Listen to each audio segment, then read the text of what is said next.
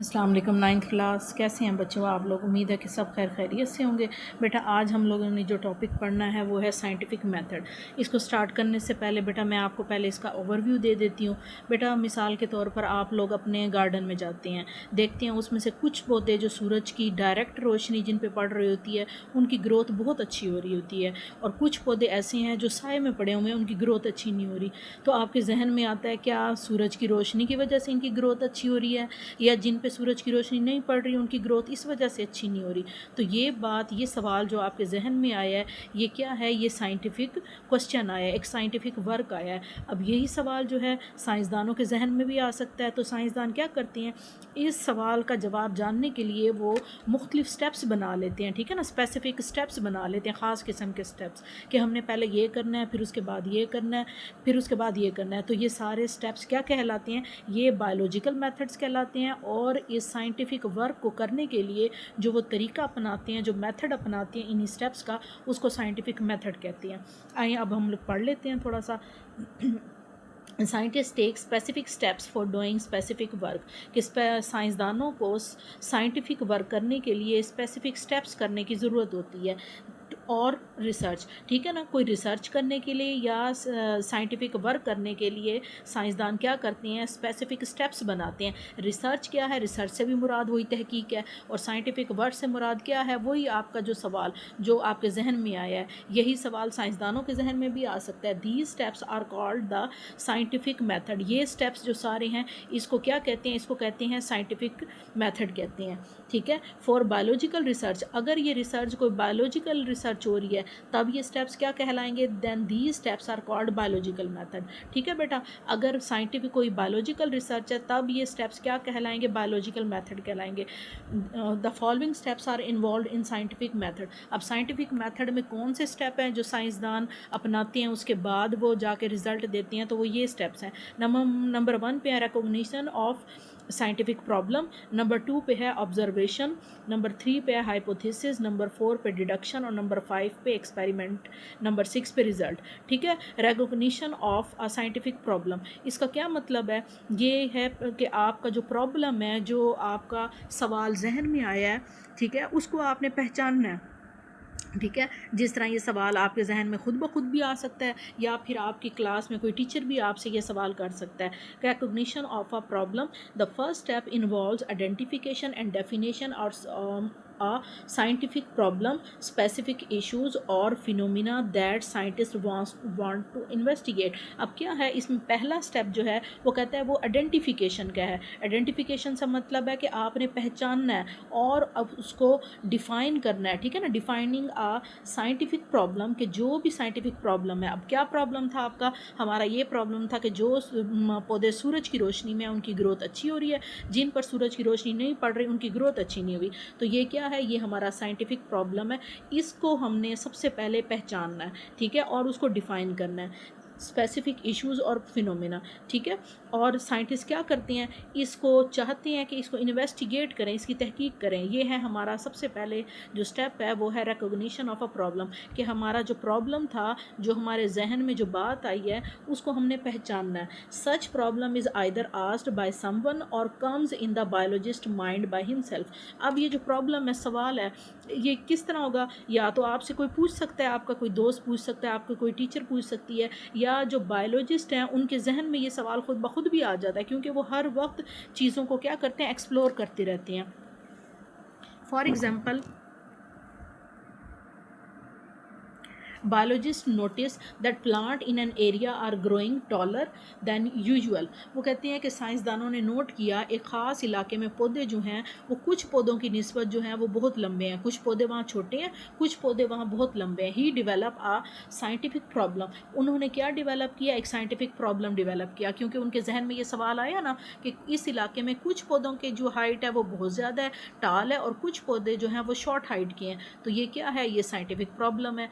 ठीक है, एक साइंसी मसला है जो उनके जहन में खुद ब खुद आया है। What factors are responsible for increase growth of these plant. फिर उनके जहन में सवाल आया कि वो कौन से फैक्टर हैं, वो कौन से अवामिल हैं जिनकी वजह से इनकी ग्रोथ ऐसे हो गई है। जो लंबे पौधे हैं वो लंबे हो रहे हैं, ठीक है, और जो छोटे हैं और वो छोटे रह गए हैं। This problem comes the starting point of a scientific inquiry. ये पॉइंट जो है वो साइंटिफिक इंक्वायरी के सबसे स्टार्टिंग स्टेप हैं, ठीक है। इसमें नंबर 1 स्टेप क्या है कि इसमें जो साइंटिफिक प्रॉब्लम होगा उसको पहचानना है कि वो क्या है, ठीक है, उस पर कौन कौन से फैक्टर हैं वो जो असरअंदाज कर रहे हैं। फिर उसके बाद नंबर 2 पे है ऑब्जर्वेशन। ऑब्जर्वेशन से मुराद क्या है? ऑब्जर्वेशन से मुराद ये है कि हमारी जो 5 सेंसेस हैं, जिस तरह आइज़ है, नोज़ है, टच है, टेस्ट है, हेयरिंग की है, इसके ज़रिए उन्होंने ऑब्ज़र्व करना है, ठीक है। इन्हीं सेंसेस से हम ऑब्ज़र्व करते हैं ना। Scientist make observation about the problem, के साइंसदान जो हैं वो प्रॉब्लम को जानने के लिए क्या बनाते हैं? ऑब्जर्वेशन करते हैं। ऑब्जर्वेशन का मतलब होता है मुशाहिदा करना, जो हम देखते हैं। They use 5 senses for making observation. अब ऑब्जर्वेशन उन्होंने किस चीज़ से करनी है? अपनी 5 सेंसेस से करनी है, ठीक है, आंखों से देखना है। They also read and study the previous researches on the same or related problem। और इसके अलावा एक तो वो अपनी 5 सेंसेस को यूज़ कर सकते हैं, इसके अलावा जो उनको प्रीवियस नॉलेज है उसको भी पढ़ सकते हैं। हो सकता है किसी और साइंसदान ने उन पे काम किया हो, ठीक है, या उससे रिलेटेड जो प्रॉब्लम्स हैं जो पहले रिसर्च हो चुके हैं उनको भी पढ़ सकते हैं, उन पर स्टडी कर सकते हैं। ऑब्जर्वेशन में भी क्वालिटेटिव और क्वान्टिटेटिव। अब ये जो ऑब्जर्वेशन वो कर रहे हैं वो 2 तरह की है।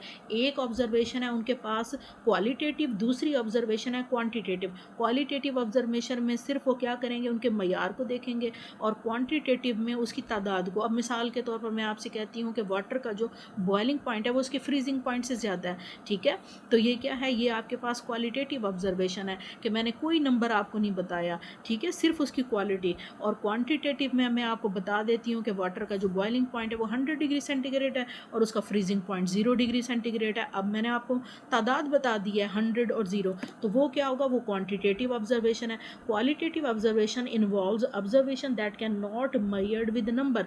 कि क्वालिटेटिव ऑब्जर्वेशन कौन सी ऑब्जर्वेशन है जो हम नंबर से मेजर नहीं कर सकते। For example the colour and the texture of the flower. इसकी एग्जांपल में क्या है? इस एग्जांपल में आप जो चीज़ आपको नज़र आ रही है, जैसे कोई फ्लावर है, फ्लावर का कलर क्या है, ठीक है, उसका रंग क्या है और उसका टेक्सचर क्या है। टेक्सचर से मुराद उसकी बनावट है, नरम मुलायम है, सख्त है, कैसा है, ठीक है। फिर उसके बाद है क्वांटिटेटिव ऑब्जर्वेशन। अब क्वांटिटेटिव ऑब्जर्वेशन क्या करती है? इन्वॉल्व मेजरमेंट और numerical data that can be expressed in terms of quantity.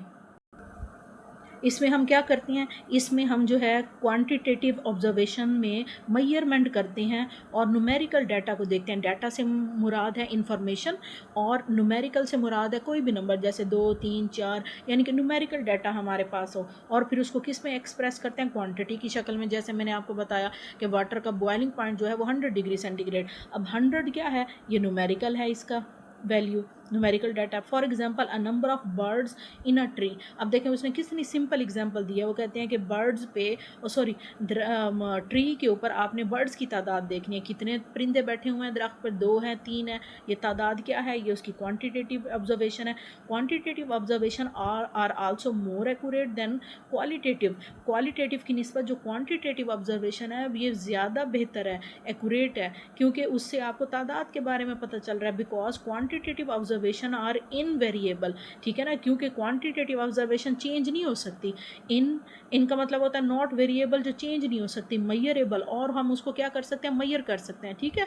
जैसे 100 है and can be recorded in terms of number, और नंबर की शक्ल में भी हम इसको रिकॉर्ड कर सकते हैं, ठीक है। तो ये ऑब्जर्वेशन में हम उन्होंने क्या किया? साइंसदानों ने अपने 5 सेंसेस को यूज़ करके उन्होंने ऑब्जर्वेशन की और प्रीवियस रिकॉर्ड को उन्होंने पढ़े, और उसके अलावा उन्होंने 2 क्वांटिटेटिव और क्वालिटेटिव ऑब्जर्वेशन की। क्वालिटेटिव ऑब्जर्वेशन में उनकी जो थी वो क्वालिटी को डिस्कस किया, और क्वांटिटेटिव ऑब्जर्वेशन में उन्होंने नंबर को, तादाद को, न्यूमेरिकल डाटा को देखा। फिर नेक्स्ट जो है वो है हाइपोथेसिस। हाइपोथेसिस क्या होता है, इसको कहते हैं उर्दू में मफरूज़ा, ये फ़र्ज़ की हुई चीज़ होती है, ठीक है ना। जैसे कोई गैस कर देते हैं और ये गैस कैसा होता है, गैस का मतलब होता है कोई तुक्का, ठीक है, एजुकेटेड गैस, जो पढ़ा लिखा तुक्का हो, ठीक है, और ये कन्फर्म नहीं होता, इस हो भी सकता है और नहीं भी हो सकता, on the basis of observation. अब जो साइंसदानों ने ऑब्जर्वेशन मुशाहिदा किया हुआ होता है उसकी बुनियाद पर साइंसदान क्या करते हैं, साइंटिस्ट डिवेलप अ स्टेटमेंट, वो एक स्टेटमेंट बना देते हैं, ठीक है, एक जुमला बना लेते हैं, अपनी स्टेटमेंट दे देते हैं, that may prove the answer of the scientific problem under study. जो जो साइंटिफिक प्रॉब्लम उनके जहन में होता है, जिसको वो स्टडी कर सकते हैं, कर रहे होते हैं, ये उसका आंसर हो भी सकता है और नहीं भी हो सकता, ठीक है ना। कि जो उन्होंने साइंटिफिक प्रॉब्लम को वो स्टडी कर रहे हैं और जो उन्होंने स्टेटमेंट बनाई है, ये इसका आंसर हो भी सकता है और नहीं भी हो सकता। Such tentative answer of scientific problem is called hypothesis. ये जो टेंटेटिव आंसर है ये क्या कहलाएगा, ये हाइपोथेसिस कहलाएगा। अब टेंटेटिव क्या है, नॉट फाइनल, फाइनल नहीं है। जैसे एग्ज़ाम से पहले डेट शीट आती है, एक टेंटेटिव डेट शीट आती है कि जो है इस तरह आपका पेपर होगा। बाज़ औक़ात जो फाइनल डेट शीट आती है वो टेंटेटिव से थोड़ी डिफरेंट भी होती है, बाज़ औक़ात सेम भी होती है। तो टेंटेटिव से मुराद है नॉट फाइनल, हो भी सकता है नहीं भी। तो ऐसा जो आंसर है साइंटिफिक प्रॉब्लम का, ये क्या कहलाता है, मफरूज़ा कहलाता है, जो फ़र्ज़ की हुई बात है। Scientist make many hypothesis for a single problem. अब ये देखें कि जो भी प्रॉब्लम होता है, एक प्रॉब्लम का भी साइंटिस्ट बहुत सारे हाइपोथेसिस बना लेते हैं, बहुत सारे उसके गैसेस बना लेते हैं कि यूँ भी हो सकता है, यूँ भी हो सकता है। A hypothesis has the following characteristic. और हाइपोथेसिस की ये खसूसियात जो होनी चाहिए, 4 मेन करैक्टरिस्टिक हैं, ये होनी चाहिए और ये बहुत इंपॉर्टेंट है, ये बहुत दफ़ा एग्ज़ाम में ये आ जाती है। नंबर 1 पे क्या है, it is a propose statement to answer the problem. ये क्या है, तजवीज़ की हुई एक स्टेटमेंट है जो प्रॉब्लम है उसको आंसर करने के लिए, ठीक है ना। जो आप साइंटिफिक प्रॉब्लम, साइंटिस्ट जिसको स्टडी कर रहे हैं, ये उसकी एक प्रपोज स्टेटमेंट हो सकती है। It always matches with the very valuable observation, और जो ऑब्जर्वेशन साइंसदानों ने की है उसके साथ मैच भी कर रही हो। ये ना हो कि आपने जो है आपका प्रॉब्लम कुछ और था और आप कुछ और ऑब्जर्वेशन करके उसके साथ जो है वो कर रहे हैं, नहीं, ऑब्जर्वेशन उसके साथ हमेशा मैच होनी चाहिए। It can be tested through experiment, और ऑब्जर्वेशन के बाद क्या करना चाहिए, बाकायदा एक्सपेरिमेंट करके उसको टेस्ट करना चाहिए कि जो हमने ऑब्जर्वेशन की है क्या वाकई इस तरह है। जिस तरह मिसाल के तौर पर वाटर का बॉइलिंग पॉइंट है, तो उसको बॉयल करके देखें क्या वाटर का बॉइलिंग पॉइंट वाकई 100 डिग्री सेंटीग्रेड है। There is always a way to disprove the hypothesis. वो कहते हैं इस हाइपोथेसिस को, मफरूज़े को गलत साबित भी किया जा सकता है, ठीक है ना। वो कहते हैं ये हमेशा जो है ये इसको आपके पास है एक रास्ता कि आप इसको गलत भी साबित कर सकते हैं। ठीक है बेटा, ओके, अल्लाह हाफ़िज़।